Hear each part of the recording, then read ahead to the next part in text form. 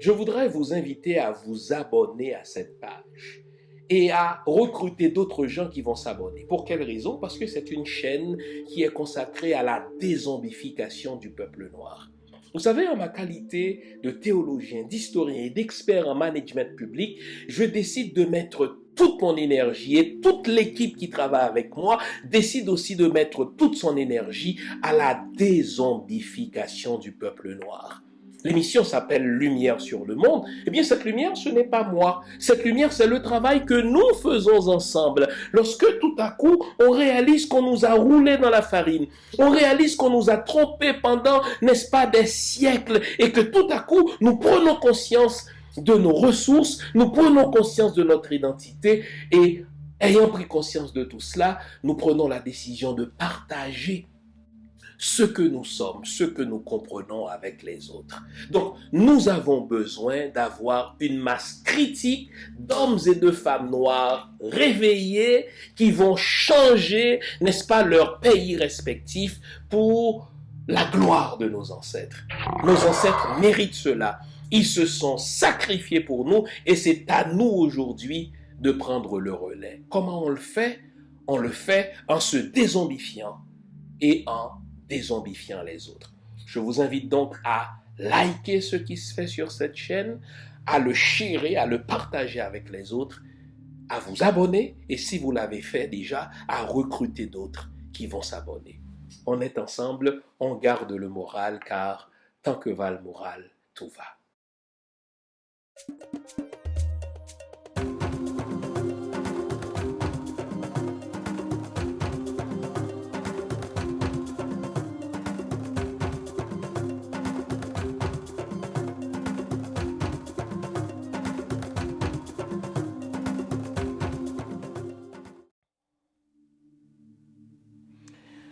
Bonjour mesdames, bonjour messieurs, bonjour le monde, bienvenue à cette autre édition de l'émission Lumière sur le monde.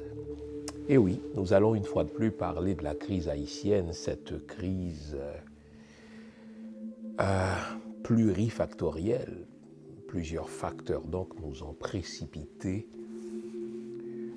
dans cette crise. Et mon but ce matin, c'est de poser un diagnostic, mais qui va ailleurs que les diagnostics auxquels je vous ai habitué.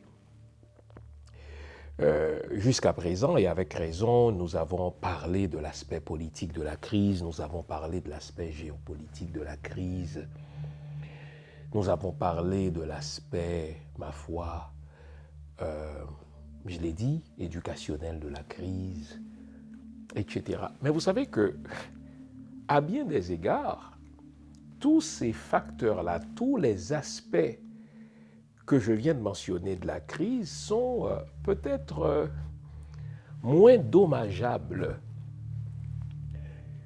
que l'aspect dont je vais vous parler aujourd'hui. Je vais vous dire ce qui a attiré mon attention vers cet aspect-là, ce qui m'a conduit vers ce facteur fondamental de cette crise. Un ami a partagé avec moi une vidéo, mais triste, déprimante au possible. Qu'est-ce qu'on y voit? Eh bien, le caméraman, pas un caméraman professionnel, il s'agit d'un citoyen, nous conduit dans un marché public. Marché public. Autour de ce marché, il y a des mares d'eau et de boue. Dans cette eau boueuse, pataugent des animaux, des cochons, des chiens, des mules, des chevaux. Ils défèquent dans cette eau boueuse. Mais pire, dans cette même eau boueuse, les marchandes qui vendent de la viande, avant d'offrir leur viande au client, lave, en fait, c'est même pas le verbe laver qu'il faudrait utiliser, trempe ou plonge cette viande dans cette eau boueuse dans laquelle, je répète, les cochons, les bourriques, les chiens défèquent. Cœur sensible, abstenez-vous. Hein? C'est même pas une vidéo qu'il faudrait montrer aux enfants. Quelles images retiendront-ils d'Haïti? Ce n'est sûrement pas une vidéo qu'il faudra montrer aux grands médias. Cela va contribuer à ce que j'appelle le racisme de représentation anti-haïtienne. Mais il y a peut-être 3 éléments à retenir de cette vidéo. Le premier élément, c'est que plus personne ne semble être choqué de cela. Au fait, le citoyen qui filme cela, il le fait dans une dernière tentative, peut-être même tentative désespérée, de nous conscientiser, mais les marchandes qui trempent ces viandes-là dans cette eau boueuse, elles ne sont même pas conscientes qu'elles sont en train d'empoisonner toute une population. Elles ne sont même pas conscientes qu'elles sont en train de s'empoisonner elles-mêmes. Au fait, elles ne se rendent pas compte qu'elles font quelque chose de mal en ce que c'est contre les principes élémentaires de l'hygiène. Et le pire, elles ne sont pas seules, ces marchandes-là. Il y a un va-et-vient extraordinaire dans ce marché. Les gens constatent de leurs yeux ce que font ces marchandes. Ils disent, mais, bon, on a peut-être vu pire. Ou on a vu pire. Ça, c'est le premier élément qui m'a frappé, c'est l'inconscience. Non seulement de ces marchandes, ce n'est pas leur faute, hein, mais l'inconscience, peut-être même l'accoutumance de la population à ce genre de pratique. Le deuxième élément qui me frappe, c'est que c'est fait au vu et au su de tout le monde, là. Ce n'est pas une pratique secrète, ce n'est pas une pratique discrète, ce n'est pas une pratique souterraine. Les marchands ne se cachent pas pour se livrer à ces pratiques-là. Donc il y a une question à se poser.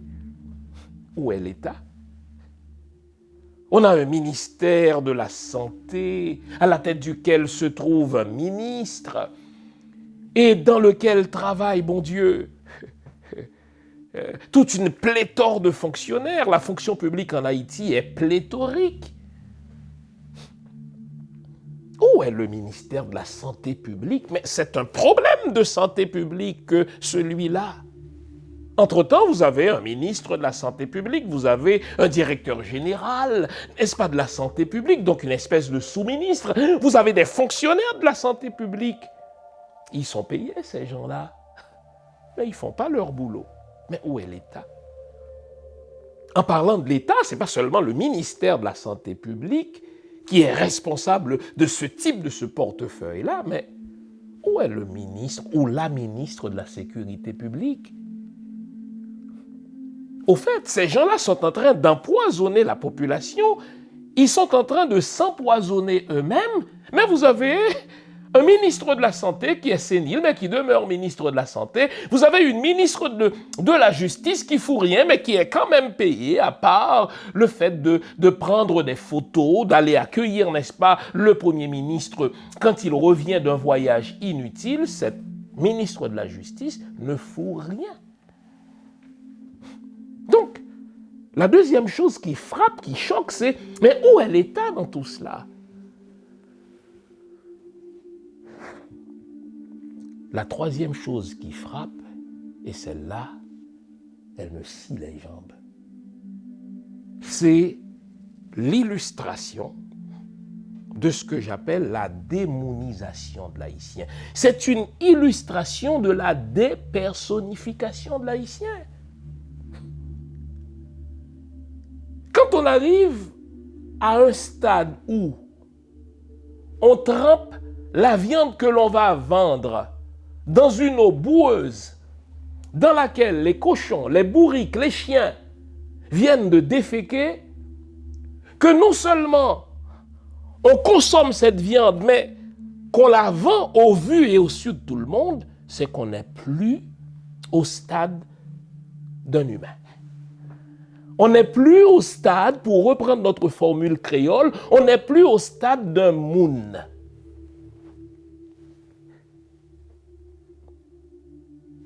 Vous notez que notre dépersonnification, notre démonisation, c'est un long processus.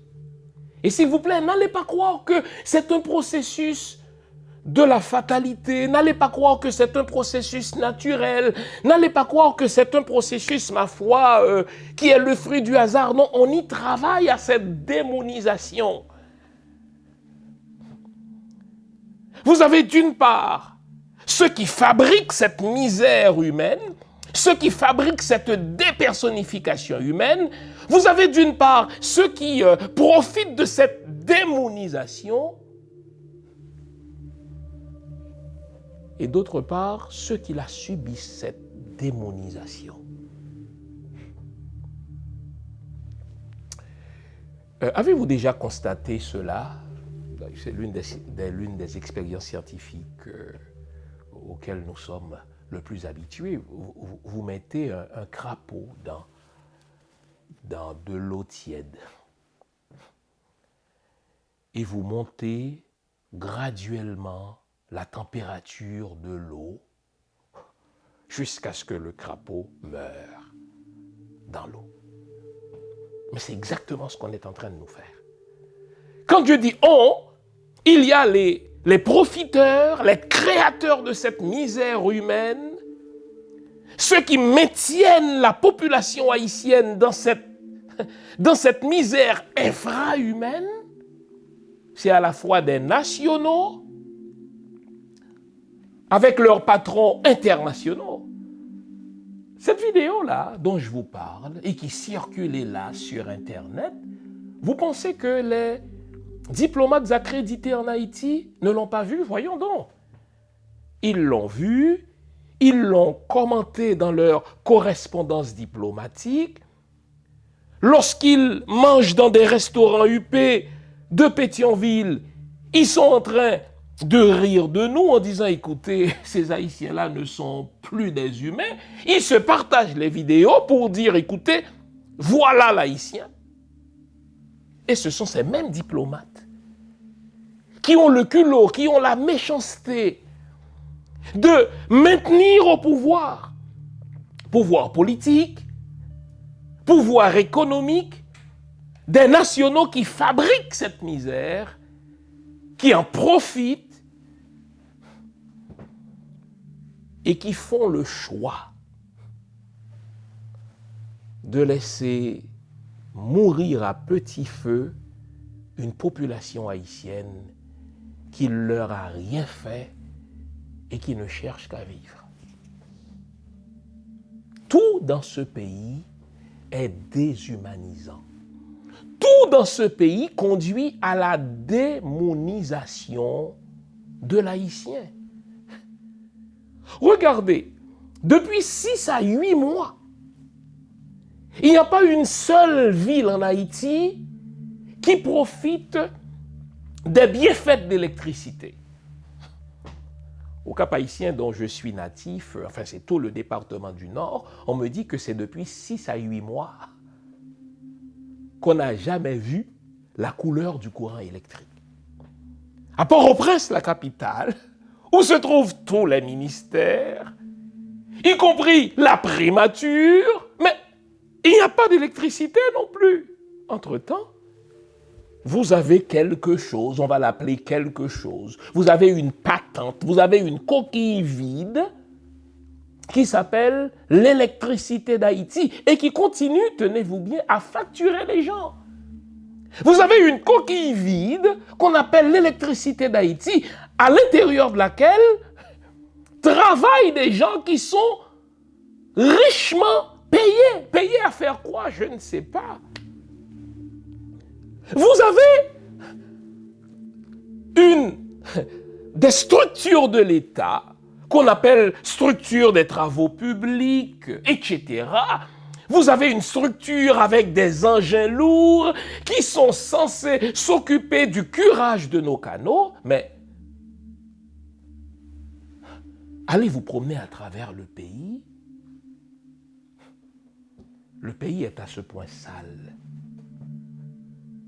Nos conditions d'hygiène, bon Dieu, sont à ce point animales. Et je pense que même on est en train d'insulter les animaux parce que, bon Dieu, dans tout pays digne de ce nom, les animaux ont des droits. Je connais des profs qui se battent pour que les animaux soient des sujets de droit. On va parler de, bon Dieu, de maltraitance animale, de brutalité animale. Moi, j'ai déjà vu au Canada des reportages entiers consacrés à des animaux qui sont, bon Dieu, malpropres. Et imaginez, on inflige des amendes aux propriétaires. On leur reprend les animaux parce qu'ils ne s'en occupent pas. Ils subissent comme une déchéance parentale en ce qui a trait aux animaux. Et pourtant, en Haïti, on a pire que cela. Quand on est initié, ce qui est convoqué, c'est à la fois l'aspect symbolique, mais aussi l'invisible. Donc c'est difficile pour moi de vous raconter. Par contre, ce que je peux dire, c'est que les initiations dans le vaudou, elles ont toujours un lien avec le fait de se perfectionner soi-même et de travailler avec les éléments de la nature visibles et invisibles. Quand on parle de vaudou et qu'on vous pose la question, quelle est la définition que vous donnez du vaudou? Alors, ma définition, qui est assez personnelle, elle consiste à dire que déjà, pour moi, ça n'est pas une religion. Parce que j'ai cette phrase qui me vient en tête, qui m'a beaucoup marquée, qui était de dire « Le vaudou, je n'y crois pas, mais ça existe. Croire, c'est la relation verticale entre soi et son Dieu, quel qu'il soit. C'est la religion, la croyance, la foi. Et ça existe, c'est cette relation au monde, cette relation en système, à la nature, aux ancêtres et à l'invisible. Donc pour moi, la définition du vaudou, finalement, c'est une vision du monde intégrée. Pour vous aider à vous défaire de tous les mensonges qu'on vous a débités au sujet du vaudou, je vous propose une trilogie fondamentale. Vaudou, je me souviens, et si les lois n'étaient pas des diables, et enfin, Vaudou 101, une spiritualité moderne sans sorcellerie. Ces 3 livres sont disponibles sur mon site web www.jeanfilsaimé.com ou sur amazon.ca. Une trilogie à lire et à avoir dans sa bibliothèque personnelle ou familiale.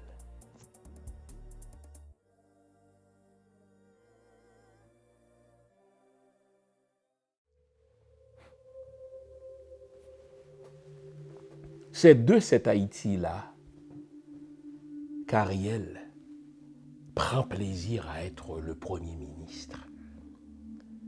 C'est dans cet Haïti-là que le Canada, la France, les États-Unis maintiennent Ariel à ne rien faire. C'est de cet Haïti-là qu'on parle d'un gouvernement pléthorique avec des ministres qui roulent dans des véhicules tintamardesques, qui sont richement payés, per diem et autres. Ils sont payés pour maintenir la population dans cette misère infrahumaine. C'est de cet Haïti-là que les Bidjo, les Reynoldib, les Bossan, les Brown, mettez-en. C'est de la misère de cet Haïti-là que ces gens-là s'enrichissent. Bidjo, aujourd'hui, c'est probablement l'un des hommes les plus riches de la Caraïbe. Allez donc vous battre pour une augmentation de salaire, pour l'ouvrier qui travaille dans une manufacture à Caracol. Allez donc vous battre pour une augmentation de salaire pour, si vous voulez, l'ouvrier qui travaille dans l'industrie de ce soi-disant secteur privé. Des gouvernements seront renversés, des syndicalistes seront tout simplement assassinés. Vous savez, sous René Préval, avec un Barack Obama, le noir, comme président des États-Unis, eh bien, des gens en Haïti ont demandé une augmentation de salaire. Il s'agissait alors là d'une augmentation de quelques centimes américains pour la manufacture à Caracol ou ailleurs. Vous savez, Haïti est considéré comme un pays de sous-traitance. On y sous-traite, si vous voulez, la fabrication de plein de sous-produits américains. Et les gens ont réclamé une augmentation de quelques centimes américains.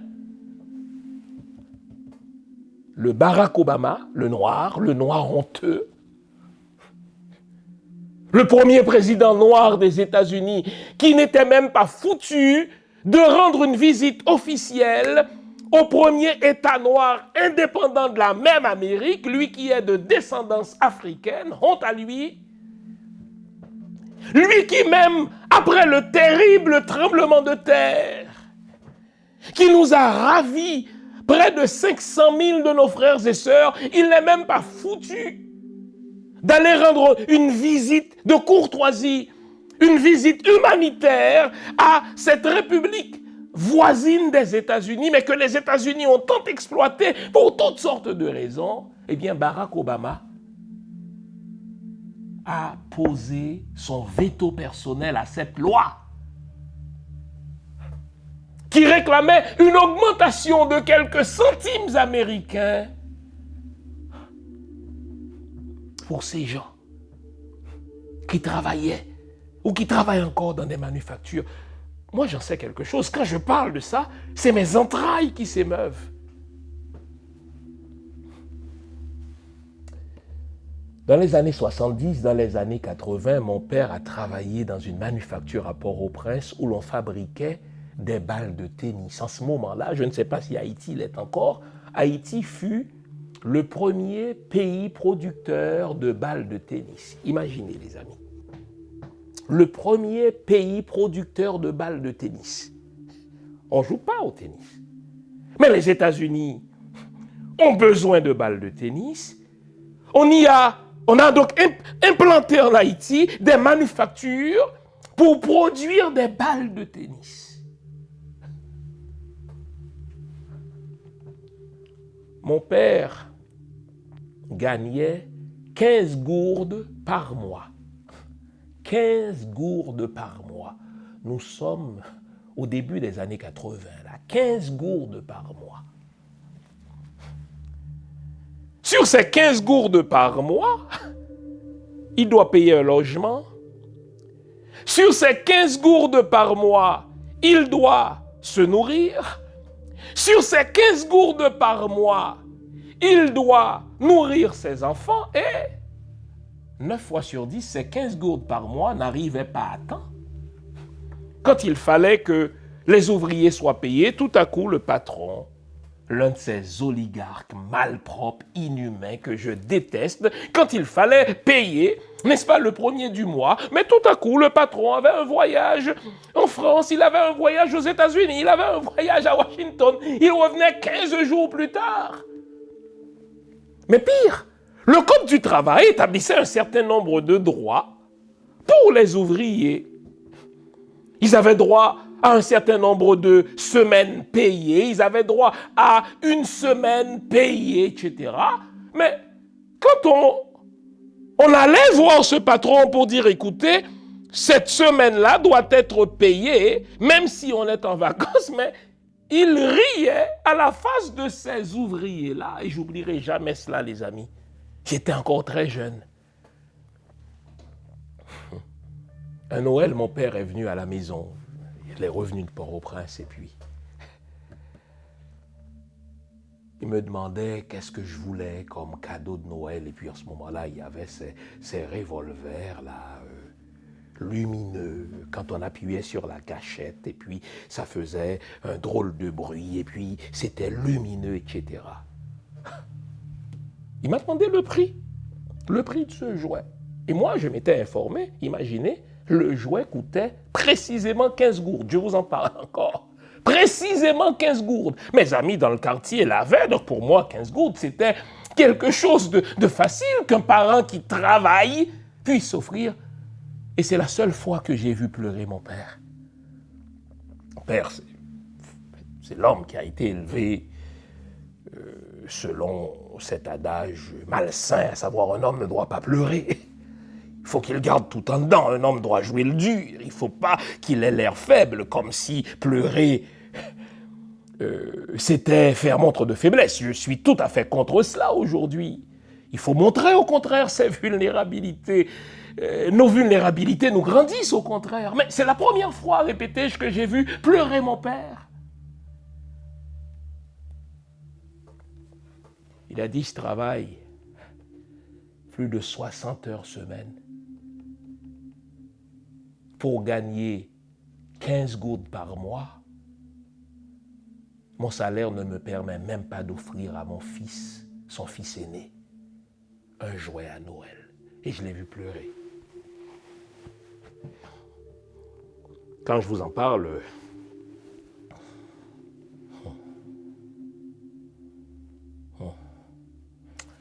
je suis ému. Parce qu'on ne travaille pas pour être pauvre, on ne travaille pas pour être humilié, on travaille justement pour pouvoir payer ses factures, pour pouvoir apporter du pain et du beurre à la maison, etc.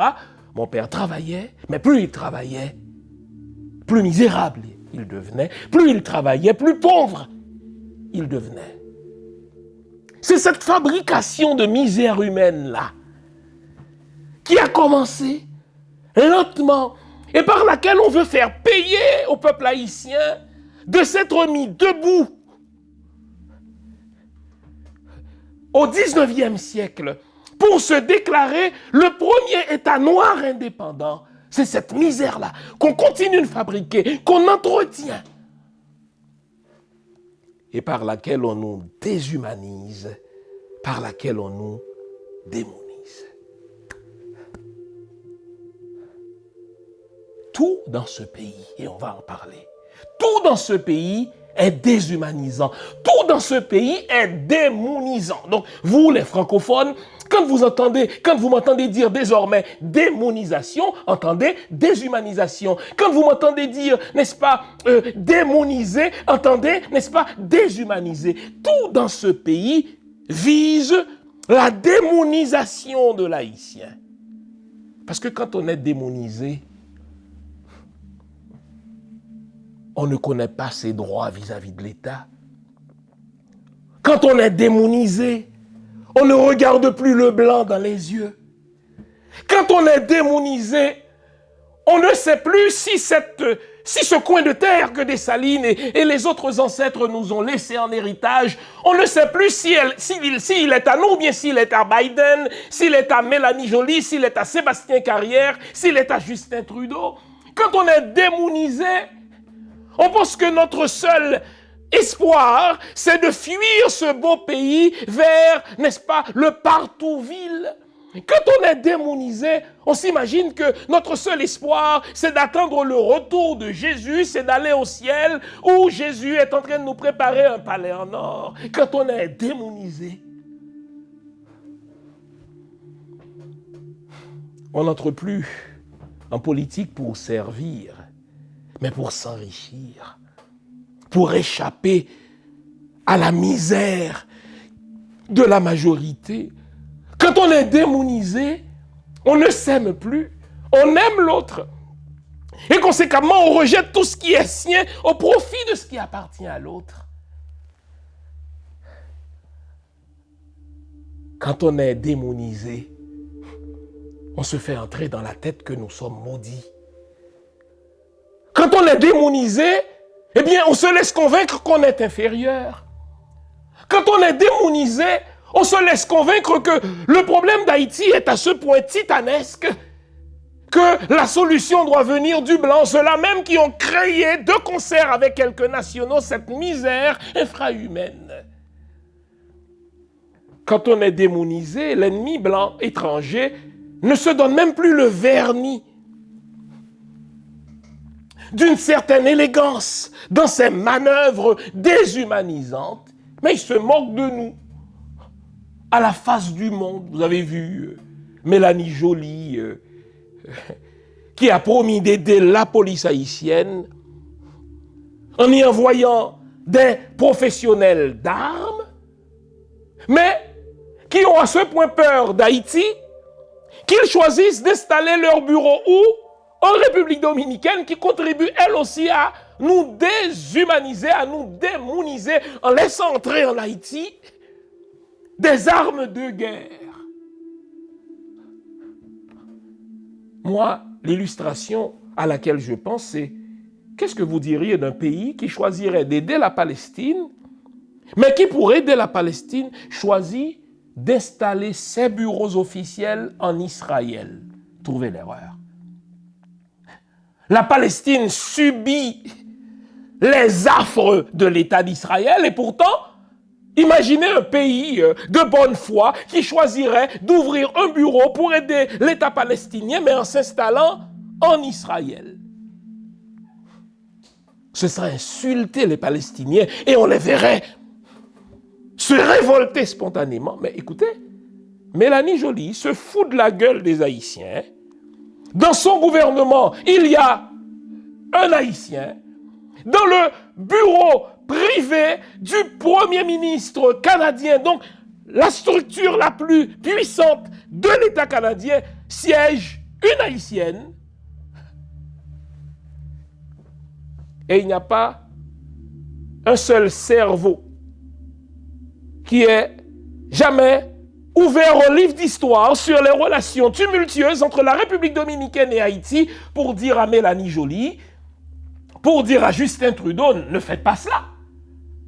Ce serait comme établir un bureau en Israël pour aider l'État palestinien. Les Haïtiens en seraient insultés, mais à part 2 ou 3 personnes qui, du bout des lèvres, ont exprimé leur désaccord, mais il n'y a rien là. Mélanie Joly ne s'est pas excusée.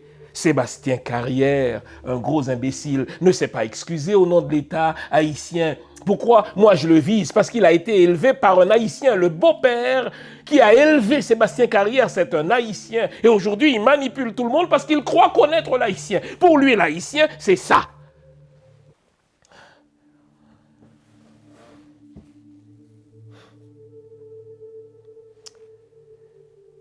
Cette démonisation-là, cette déshumanisation de l'Haïtien, si on ne l'endigue pas, les amis, très bientôt, l'animal a des droits, les enfants ont des droits, tant mieux. Mais si on n'arrête pas cette déshumanisation-là, si on n'arrête pas cette démonisation-là, très bientôt, l'Haïtien ne sera même pas considéré comme un sujet de droit. Et c'est même pire que l'esclavage. Je vous le dis, c'est pire qu'à l'époque de l'esclavage. Pourquoi je vous dis ça, exemple? Vous n'avez qu'à ouvrir un code noir. Dans le cas de la France et de Saint-Domingue, eh bien, le code noir a été conçu par Colbert. Si vous prenez le temps, et j'en parle dans ma thèse de doctorat, publiée dans Vaudou, je me souviens, n'est-ce pas? Si vous prenez le temps d'analyser le code noir, dans le code noir, Colbert fait comprendre au maître blanc, l'esclavagiste, qu'il a intérêt, lui, à protéger la main-d'œuvre humaine, la force de travail de l'esclave. Donc il faut s'arranger pour que la durée de vie utile de l'esclave soit la plus longue possible. Et pour ce faire, eh bien, le Code droit prévoit qu'il faut lui laisser une certaine portion de terre pour qu'il puisse cultiver, n'est-ce pas, des vivres. Il faut, si vous voulez l'habiller selon telle aune de toile, il faut lui servir, n'est-ce pas, de la cassave, etc. Et s'il est malade, il faut l'amener voir, ne serait-ce qu'un médecin de campagne. Pour quelle raison? Pas parce que le maître blanc était plus humain, mais c'est parce que c'est sa main-d'œuvre.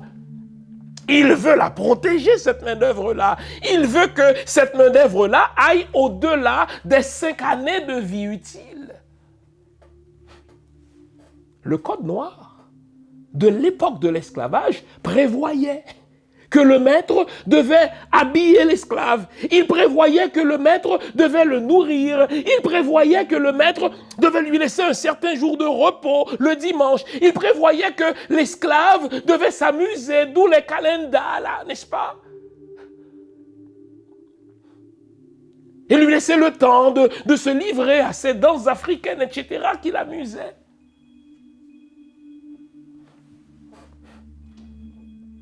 Dans l'Haïti d'aujourd'hui,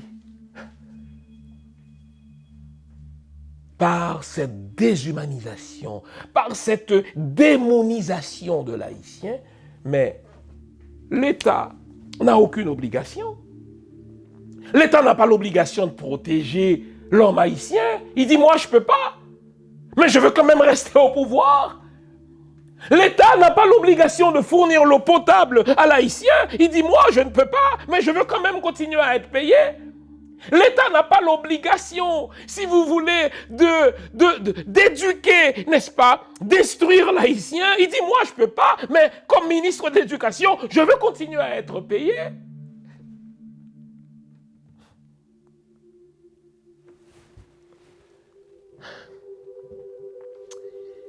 Il faut sortir de cette démonisation, il faut l'endiguer, il faut l'arrêter. Sinon, très bientôt, mais très très bientôt, on parlera de l'haïtien comme d'un objet.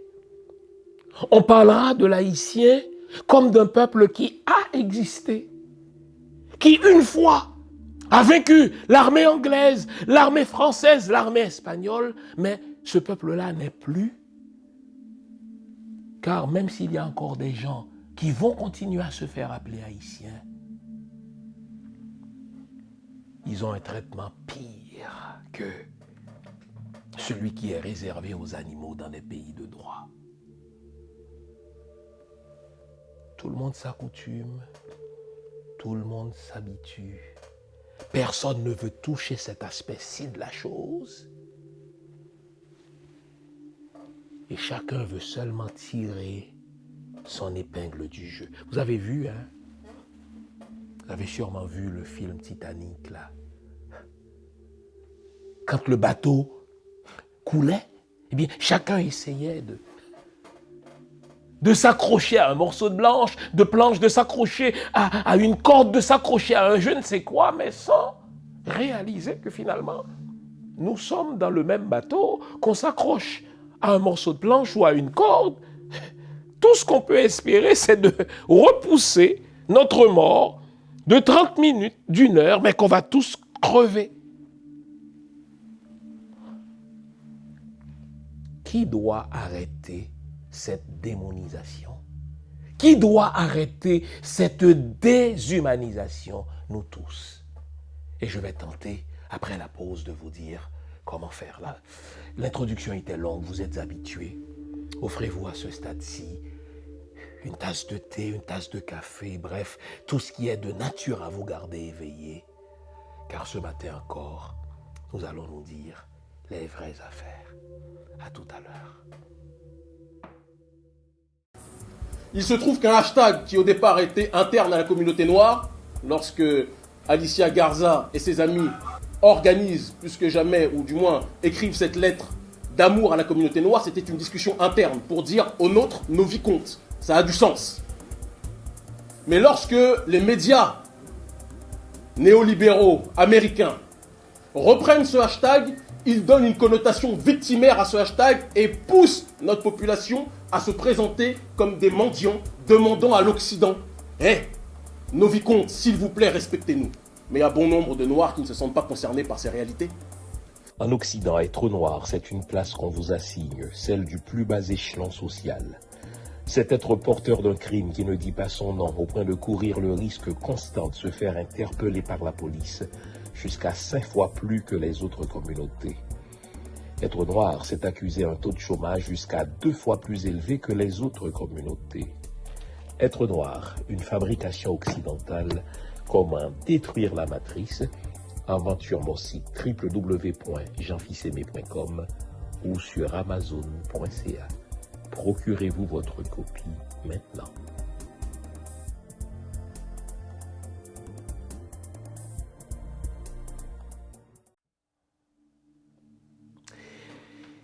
Je vous avais promis avant la pause de vous dire mais comment on fait pour endiguer cette déshumanisation, pour endiguer cette démonisation de la population haïtienne. Eh bien, la première responsabilité incombe aux producteurs de pensée, ce qu'on appelle, et le terme est galvaudé, je le sais, les intellectuels. Qu'est-ce qu'un intellectuel? Un intellectuel, c'est quelqu'un qui produit une pensée et qui, par la production de la pensée, influence son milieu, influe sur son environnement. Et j'ai dit que la première responsabilité de l'endiguement, de la démonisation de l'haïtien, la première responsabilité de l'endiguement, de la déshumanisation de l'haïtien incombe aux intellectuels.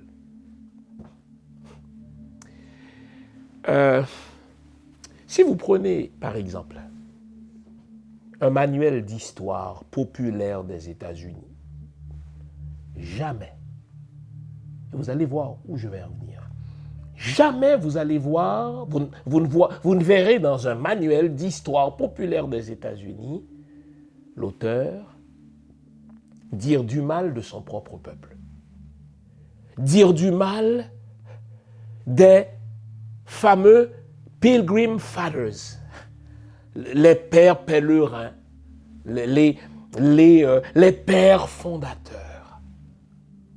Vous allez voir que dans ces manuels d'histoire, on présente justement une histoire romancée, une histoire à l'eau de rose, une histoire style fleur bleue, des pères pèlerins qui ont choisi de laisser l'Angleterre parce qu'ils ne pouvaient plus pratiquer leur foi.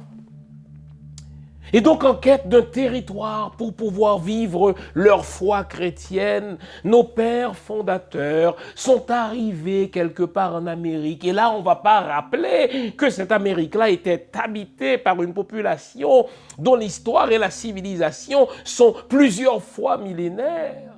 On ne va sûrement pas dire que ces fameux pères fondateurs vont assassiner seulement en 200 ans, presque 100 millions d'autochtones. Non. On va plutôt présenter une image idyllique de ces pères fondateurs. On va nous conduire à leur être reconnaissants de ce pays qu'ils nous ont légué. En sorte que, si vous évoquez le nom de Thomas Jefferson, si vous évoquez le nom d'un Abraham Lincoln, etc., eh bien, jamais le manuel d'histoire ne vous dira que ce Thomas Jefferson est au fait un salaud, un raciste, un violeur. Jamais le manuel d'histoire ne vous dira qu'Abraham Lincoln a probablement fraudé pour être élu. Non.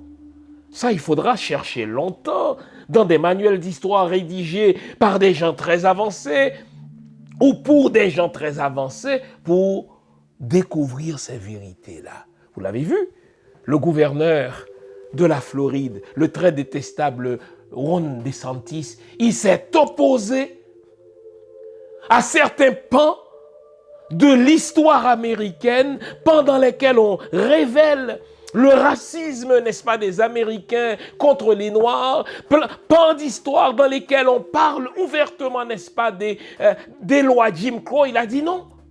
Pour lui, c'est de l'intoxication, n'est-ce pas? C'est de l'anti-américanisme que d'enseigner aux jeunes Américains, c'est fait pourtant vrai, c'est fait pourtant avéré de l'histoire américaine. Pourquoi? Parce que l'élite américaine a compris très tôt que si on veut avoir des citoyens américains fiers de leur histoire, fiers de leur passé, peu importe ce passé, c'est à eux qu'incombe cette responsabilité d'enseigner une certaine vision de l'histoire qui va faire en sorte que, quoi qu'on dise, quoi qu'on fasse, l'Américain demeure fier de son histoire. Je lisais pendant la semaine une polémique entre deux intellectuels haïtiens, un très connu, qui dit du mal de Jean-Jacques Dessalines, à tort, insistais-je. Et l'autre intellectuel qui dit, écoutez, vous n'avez pas le droit de faire ça. En un moment aussi critique de notre histoire de peuple, tout ce qu'on a, c'est notre passé. On n'a pas le droit de cracher sur un Jean-Jacques Dessalines au nom de récits très peu fondés au niveau de ce qu'on appelle l'heuristique. Et j'ai échangé avec un autre ami des États-Unis. J'ai dit, écoutez, vous savez, on n'a pas le droit de faire ça. D'ailleurs, on n'est même pas crédible pour critiquer Jean-Jacques Dessalines. On n'est pas crédible pour critiquer, n'est-ce pas, Toussaint Louverture. On n'est pas crédible pour critiquer Henri Christophe. Quand on critique quelqu'un, il faut être en mesure de dire, mais voici moi ce que j'ai fait au regard de ce que eux ont fait. Quand un intellectuel se permet de descendre en flamme Dessalines, mais il faut se tourner vers ce même intellectuel et lui dire, écoutez, au regard de ce qu'a fait Dessalines, qu'avez-vous fait vous? Pourquoi je vous dis ça? L'intellectuel a un rôle. Dans la construction de l'identité populaire, l'intellectuel a un rôle dans la construction de la fierté populaire. Quel est ce rôle? Enseigner justement l'amour des ancêtres, enseigner l'amour des héros, enseigner l'amour des fondateurs de cette nation, de cet État. On n'a pas le droit, surtout à ce stade-ci, sous prétexte qu'on serait des chercheurs et qui tomberaient sur une lettre et qui révéleraient tel comportement, ma foi, qu'on juge a posteriori, mais très a posteriori, reprochable. Non, on n'a pas le droit de faire ça.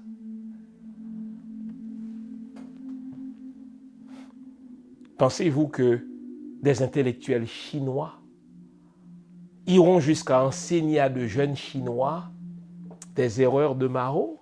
Non, non.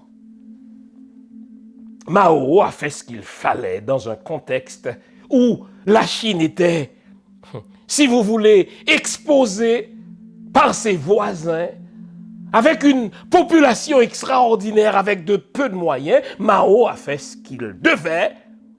Et aujourd'hui, si la Chine est devenue une puissance économique d'abord, mais une puissance diplomatique, une force qui compte, c'est entre autres grâce à Mao.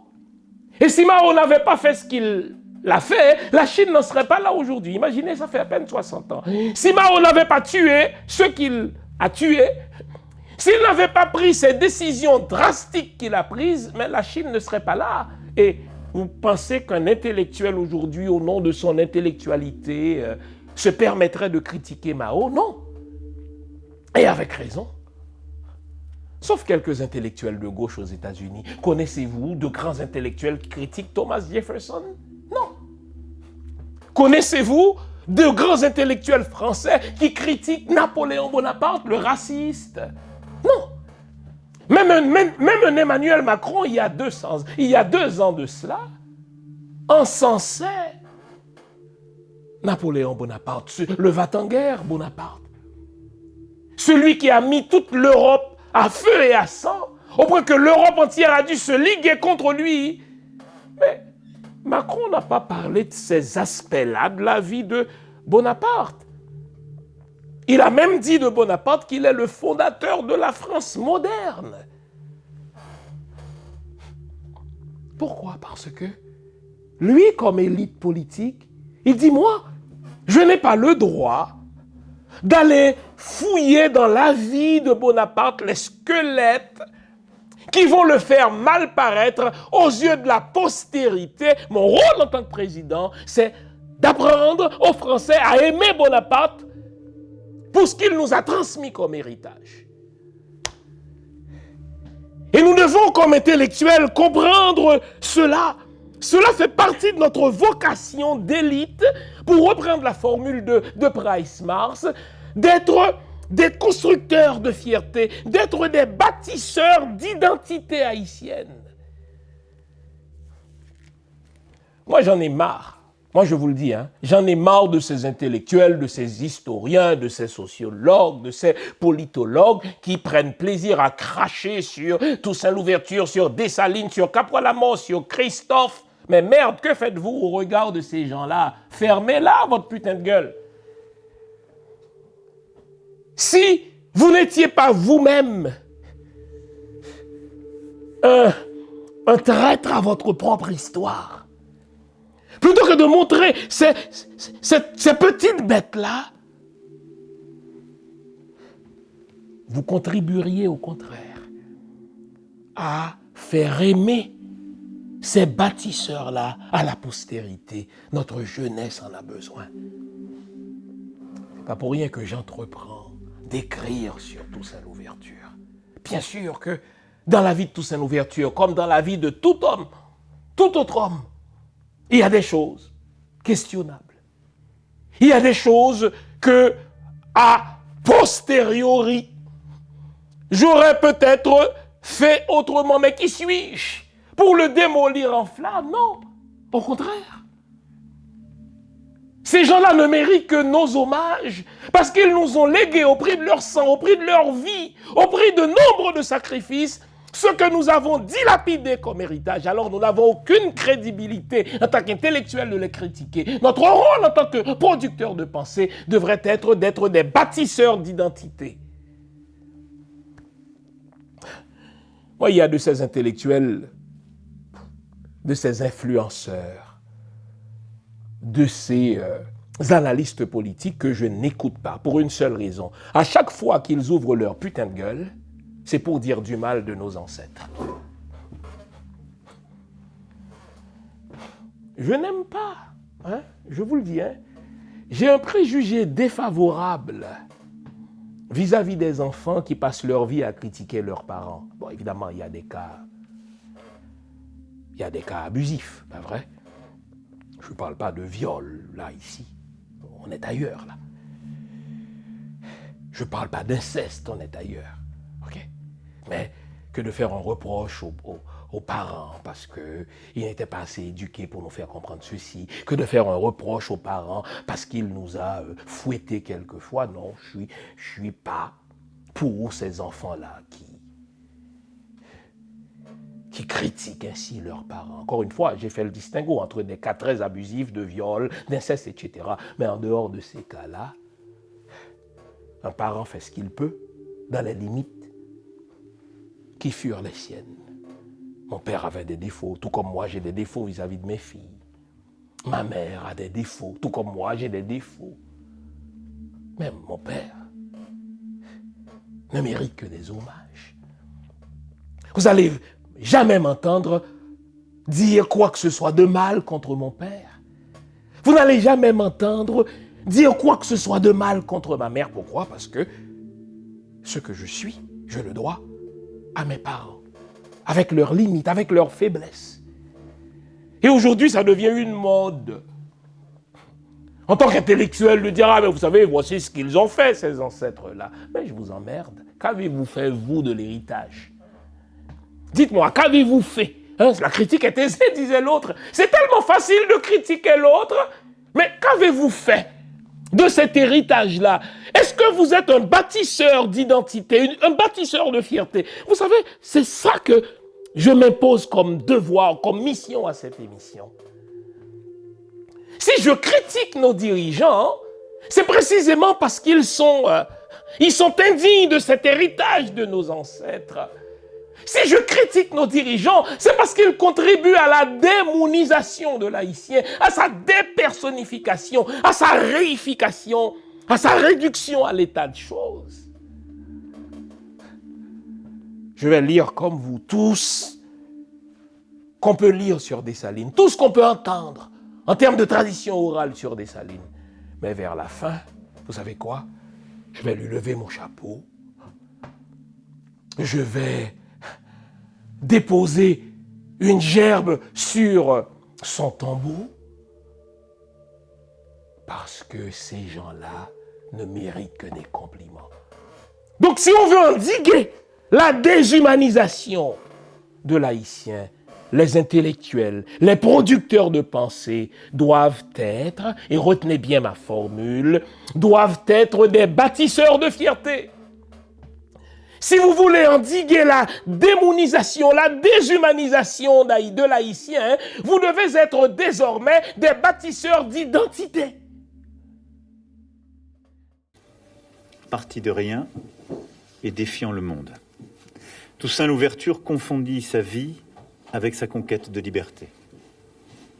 Comme Bonaparte, pourtant son geôlier, Toussaint Louverture incarne le triomphe de la volonté sur la fatalité.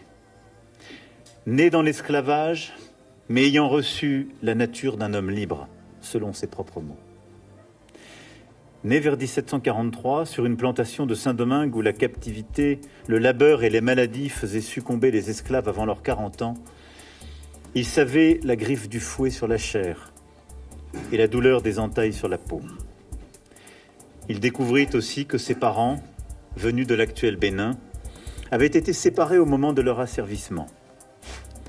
Il éprouvait comme orphelin de mère la violence de l'esclavage qui détruit toute dignité et remplace par la chaîne des maîtres les liens de la famille. Toussaint Louverture transforma cette condition en ambition, car rien ne l'effraya jamais. « Frappez, si vous osez », lança-t-il un jour au gérant de la plantation. Toussaint Louverture avait montré sa trempe. Il se révéla dans toute sa force de caractère et l'acuité de son intelligence. Le gérant en fit son cocher, bientôt son second, et le mena vers l'affranchissement. Un nouveau regard sur Toussaint Louverture, le magnifique et le sublime. La toute dernière biographie de Toussaint Louverture, l'homme, le stratège, le politique, le gestionnaire et le visionnaire. Un livre à lire et à relire en vente sur mon site www.jeanfils-aimé.com ou sur amazon.ca. Un nouveau regard sur Toussaint Louverture, le magnifique et le sublime. Procurez-vous votre exemplaire maintenant.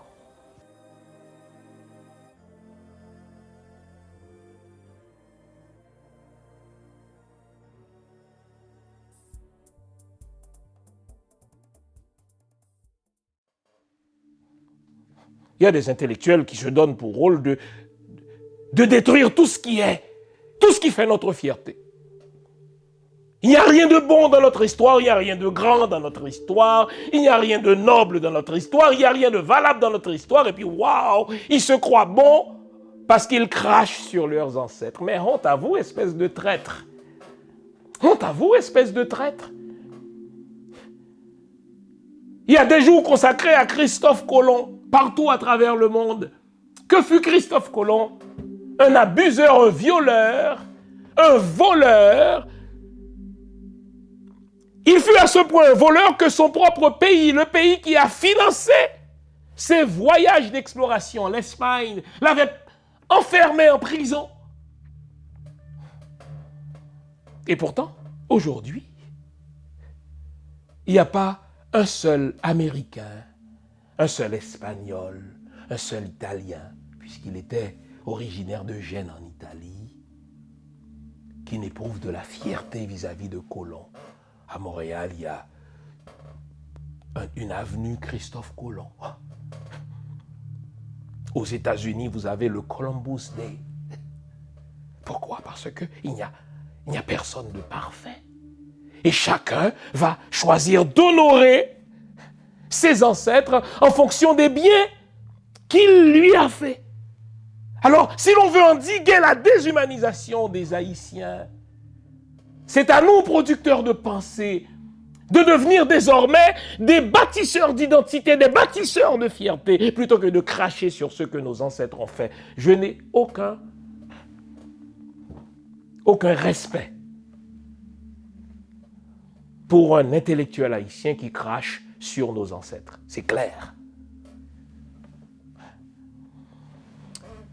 Deuxième responsable, si l'on veut endiguer la déshumanisation, les médias. Les médias. Vous savez, il y a certains médias haïtiens que je n'écoute plus. Ces journalistes, enfin des journaleux, des vendeurs de micros qui sont des zombificateurs.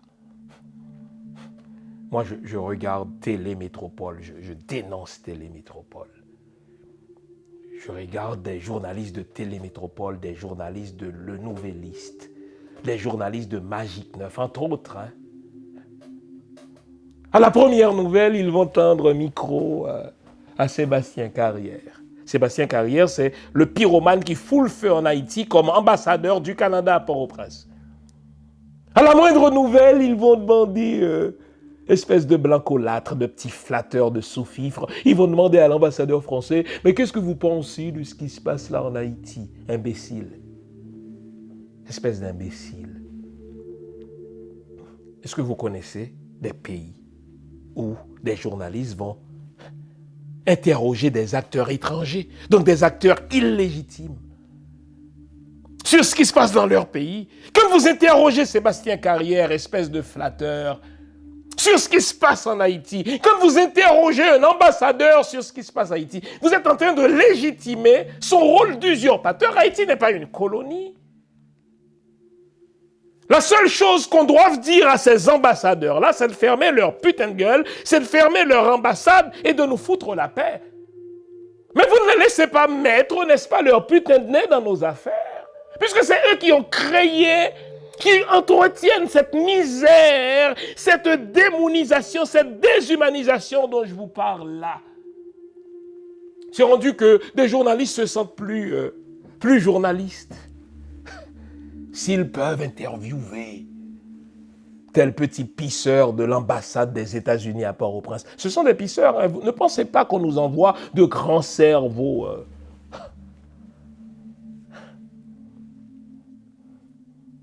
Ils vont interviewer. Donc les médias ont un rôle. Moi, quand j'étais jeune, ma fierté d'être haïtien se nourrissait grâce à certaines émissions diffusées depuis la 4VKB en Haïti, dans ma ville natale. Certaines émissions diffusées depuis la radio Citadelle. Ah, il y avait au moins certains spots à l'ombre de la 8e merveille du monde. On ne sait pas depuis quand la Citadelle était la 8e merveille du monde. Elle est sûrement la première merveille du monde. On s'est approprié ce titre-là. C'est une merveille que la Citadelle.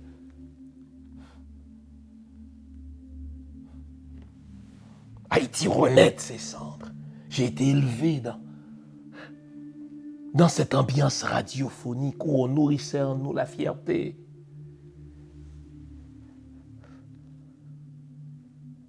Mais aujourd'hui, déjà, on confie le micro à n'importe quel imbécile qui ne se donne même pas la peine de préparer son émission, qui ne se donne même pas la peine de valider ses dires.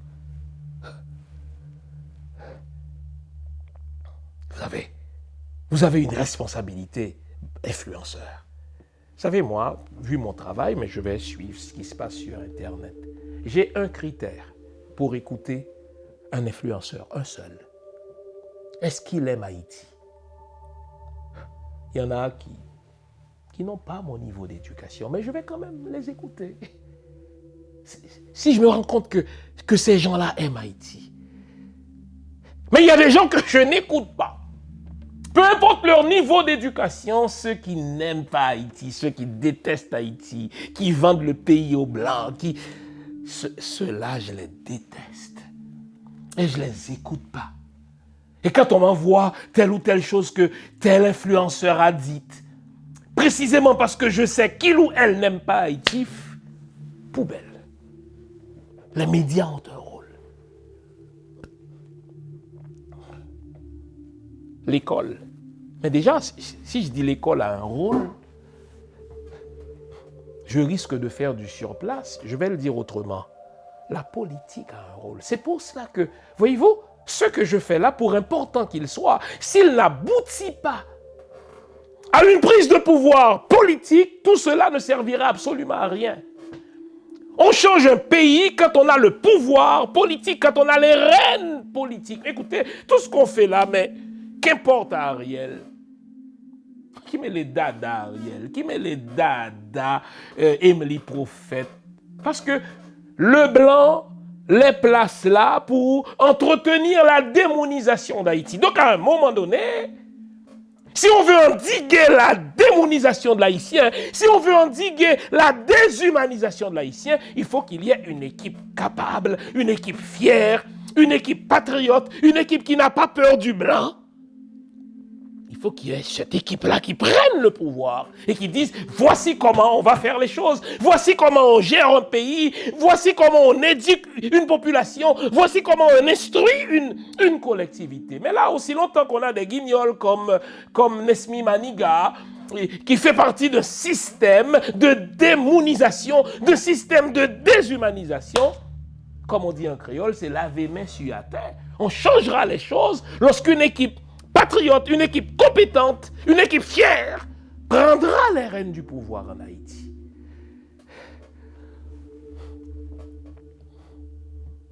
Vous les avez vus, ces gens qui étaient à la Jamaïque la semaine dernière et qui reviennent, des gens de l'opposition. Moi, j'étais surpris d'entendre des gens de l'opposition défendre ce qui s'est passé à la Jamaïque. Donc n'allez pas croire que c'est seulement les petites marchandes là qui sont déshumanisées. En Haïti, même ceux qui ont des diplômes sont démonisés. Pourquoi? Parce que le blanc a suffisamment travaillé dans leur tête. La religion judéo-chrétienne a suffisamment travaillé dans leur tête. Qu'ils perdent leur monisation, qu'ils perdent leur monité. Donc quand je dis que nous sommes démonisés, n'allez pas croire que c'est seulement la personne qui se trouve au bas de l'échelle sociale. Les premiers démonisés, ce sont ceux qui ont de l'argent. Les premiers démonisés, ce sont ceux qui sont formés à l'école coloniale. Les premiers démonisés, c'est ceux justement qui nous dirigent ou qui attendent leur tour pour diriger. Vous connaissez cet adage, si un aveugle conduit un aveugle, les deux tomberont dans le même trou. Vous regardez l'opposition actuelle là. Vous pensez qu'ils feront mieux qu'Ariel? Voyons donc. Regardez l'opposition actuelle. Vous pensez qu'ils vont nous aider à remouniser? Mon ami Jafrique Haïti appelle ça remembrer. Vous pensez que ces gens-là vont nous aider à remembrer la population haïtienne? Mais non, on ne peut jamais donner ce qu'on n'a pas. Ils sont démonisés eux-mêmes. Flatteur, sous-fifre, blancolâtre, blancophile. Vous savez, le plus grand rêve de l'intellectuel haïtien, c'est d'être fait chevalier de l'ordre national de la France. Putain de démonisé. Le plus grand rêve de l'auteur haïtien, c'est de recevoir un prix de l'Académie française. Une institution poussiéreuse qui ne sert à rien. Et pour ce prix-là, c'est ce qu'il y a pire, c'est ce qu'il y a de pire. Pour ce prix-là, pour avoir un prix de la France, alors, il faut dire France et non pas France, ça fait vulgaire.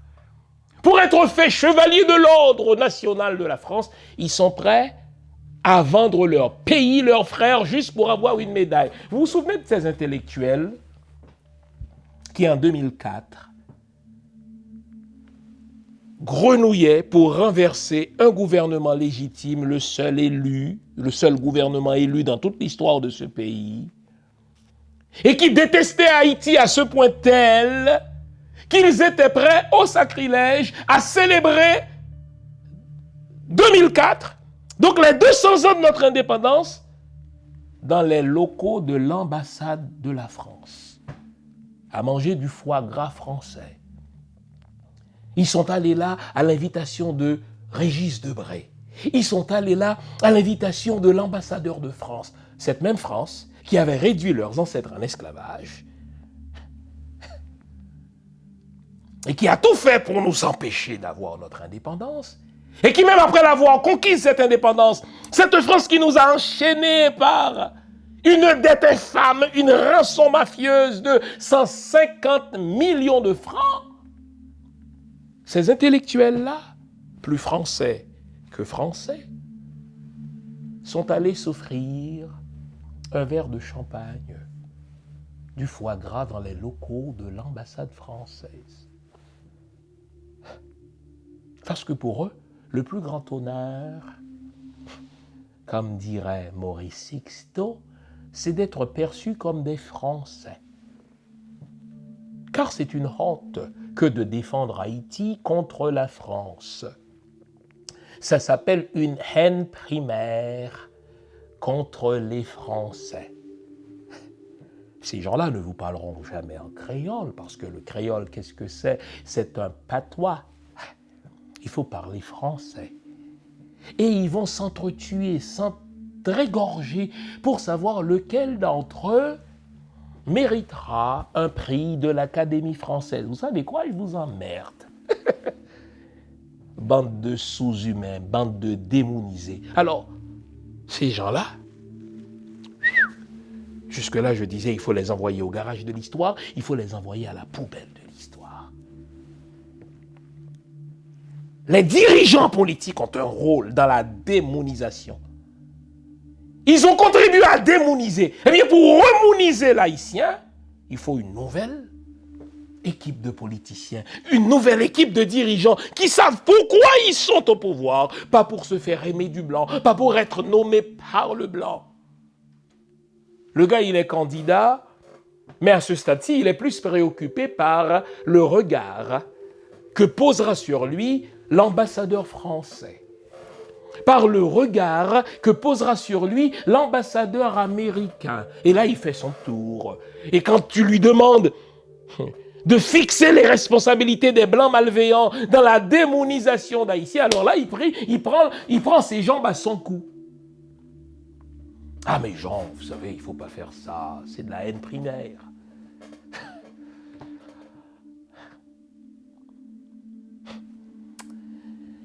J'aurais pu parler du rôle de la famille dans la démonisation. Mais la famille, c'est une construction de l'État. Si l'État ne prend pas en charge le jeune pour lui enseigner l'amour de son histoire, l'amour de son pays, l'amour de sa culture, ce jeune-là, lorsqu'il va devenir parent, mais il ne saura pas enseigner la fierté à ses enfants dans sa famille. Donc, la famille a un rôle à jouer, mais après que les dirigeants nous ont montré le chemin.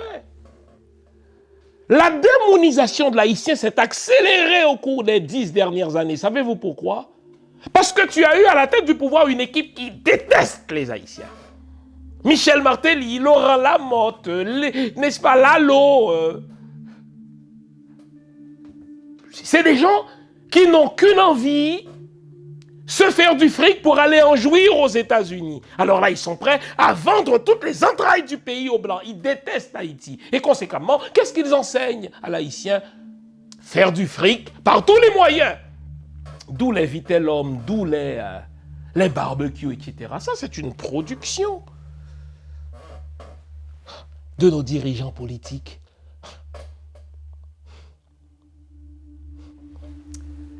Si l'on veut arrêter la démonisation de l'Haïti, il faut une nouvelle équipe politique. Il faut une révolution dans ce pays. Il faut une véritable transition.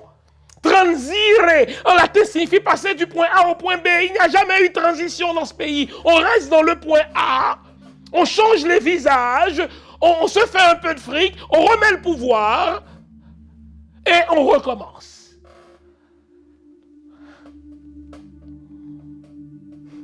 Nous avons deux choix à partir d'aujourd'hui.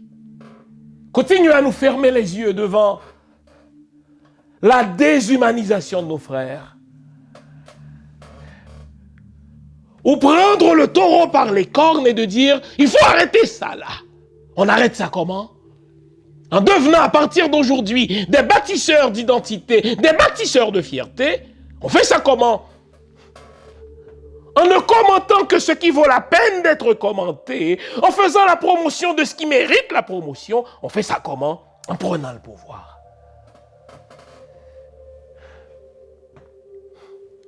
Il n'y a pas de demi-mesure là-dedans, là.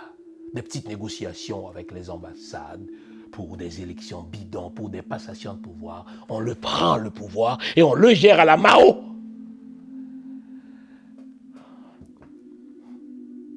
Pour que ce pays puisse renaître véritablement de ses cendres.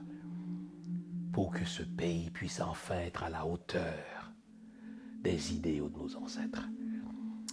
J'espère vous avoir été utile. J'espère surtout que l'émission de ce matin va vous faire prendre conscience de l'état de démonisation dans lequel on nous a réduits. Et certains nationaux et certains internationaux. J'espère surtout que cette émission va vous pousser à dire halte là. On ne peut plus rester comme ça. Il faut changer les choses. Et vous savez quoi? On change les choses en prenant le pouvoir. On change les choses en confiant l'administration du pouvoir par des Haïtiens d'un autre type, des Haïtiens d'un autre genre. Le faible reste qui a échappé jusque-là à la démonisation. Merci de votre écoute. On garde le moral, car tant que va le moral, tout va. Vive Haïti, vive le peuple haïtien. Au revoir.